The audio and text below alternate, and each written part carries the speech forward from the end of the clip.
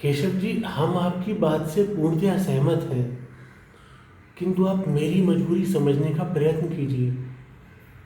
यदि मैंने आपकी आर्थिक सहायता की तो दूसरे विरोधी दल मेरे विरुद्ध हो जाएंगे, जो मेरे परिवार के हित में नहीं होगा। मैं स्वयं किसी कठिनाई से नहीं डरता, किंतु जानबूझकर अपने परिवार को कठिनाई में डालने की गलती नहीं कर सकता। मुझे इस बात का भी संज्ञान है कि छत्रपति शिवाजी राजे साहब ने जिस पूर्ण स्वराज की कल्पना की थी, उसकी भावना कहीं ना कहीं लुप्त होती जा रही है और मराठे लोग आपस में एक दूसरे का लहू बहाने में लगे हुए हैं।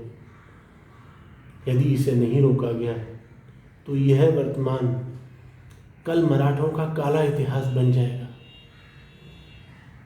इसलिए आवश्यकता है कि कोई एक शक्ति संगठित होकर मराठों को एक छत के नीचे लेकर आए और नौजवानों का मार्गदर्शन करे।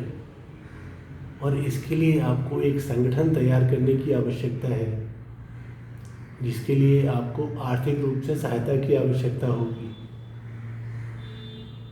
निस्संदेह मैं एक व्यापारी हूँ और धन को ऋण पर देता हूँ, किंतु शंकर जोशी मानव कल्याण के आगे धन और ऋण को कुछ नहीं समझता।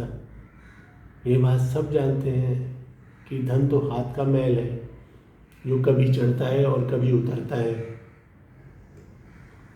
किंतु मेरे हाथ मेरे परिवार की वजह से बंधे हैं।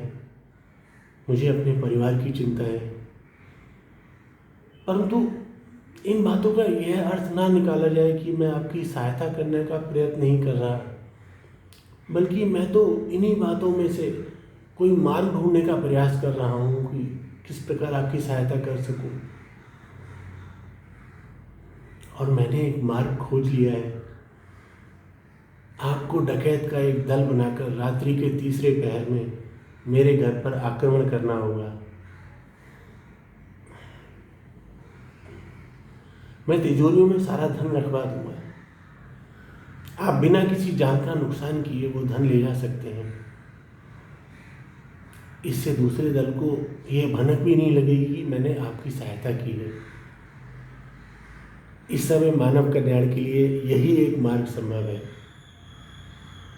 यदि आप कहते हैं तो मैं तिजोरियों में धन रखवा देता हूँ।